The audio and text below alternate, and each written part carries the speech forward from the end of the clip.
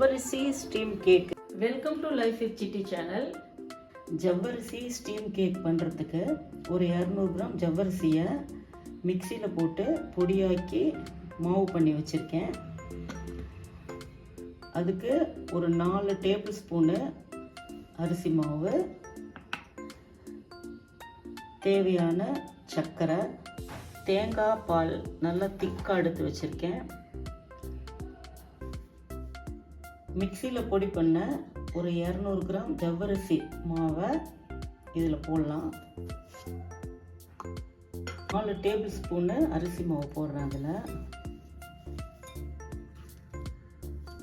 Mix பண்ணி கலந்து விட்டுக்கலாம். இந்த மாவை 2 போர்ஷனாக பிரிச்சுக்கலாம். 2 போர்ஷனாக பிரித்தாச்சு. ஒரு 200 மில்லி தண்ணி ஊற்றிக்கலாம். தேவைக்கேற்ப ஒரு சர்க்கரை போட்டுக்கலாம். எலுமிச்சை இலையை நான் வாசனைக்காக போடுறேன். சர்க்கரை நல்லா கரைஞ்சிடுச்சு. இப்போ இதில் ஒரு 150 மில்லி தேங்காய் பாலை கலந்துடலாம். இந்த இலையெல்லாம் நல்லா வடிகட்டி எடுத்துக்கலாம். இந்த தேங்காய் பாலும் சர்க்கரை, லெமன் லீஃப் போட்ட இந்த தண்ணியை ஊற்றி கலந்துக்கலாம்.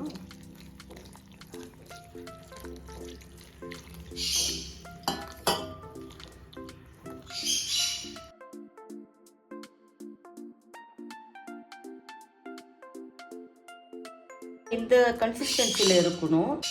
இன்னொரு போர்ஷன் மாவில் நான் கலரிங் ஆட் பண்ண போகிறேன். அதுக்கு நான் சங்குப்பூ எடுத்திருக்கேன். நான்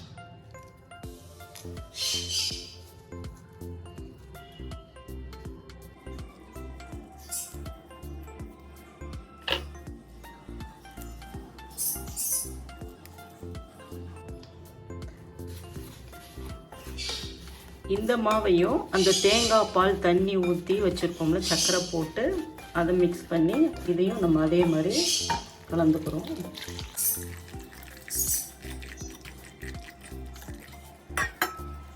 ஒயிட் மாவும் தயாராகிடுச்சு, ப்ளூ கலர் மாவும் தயாராகிடுச்சு, 2 லேயர் மாவும் தயாராகிடுச்சு. இப்போ நம்ம ஸ்டீம் பண்ண ஆரம்பிக்கலாம். நான் இந்த மாதிரி ஒரு பவுல் எடுத்திருக்கேன். இதில் கொஞ்சம் தேங்காய் எண்ணெய் போட்டு கிரீஸ் பண்ணிக்கலாம்.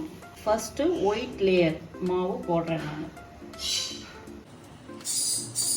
இது வேகிறதுக்கு குறைஞ்சது 10 நிமிஷம் ஆகும்.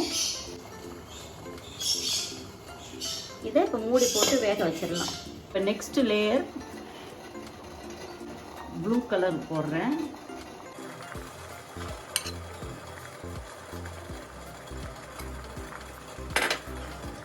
இதையும் ஒரு 10 மினிட்ஸ் வேக வச்சிடலாம்.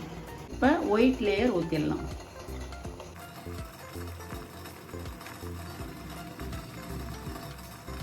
இப்போ மூடி வச்சிடலாம். திருப்பி ப்ளூ கலர் மாவு ஊற்றுறேன்.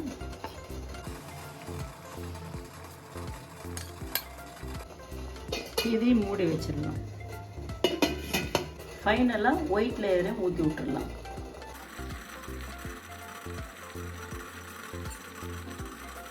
இப்போ இந்த லேயரும் வெந்துடுச்சு.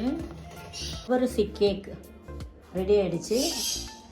இது இன்னும் ஒரு நல்ல ரூம் டெம்பரேச்சருக்கு வந்துட்டு நல்லா கூல் பண்ணிவிட்டு டிஸ்ப்ளே பண்ணலாம்.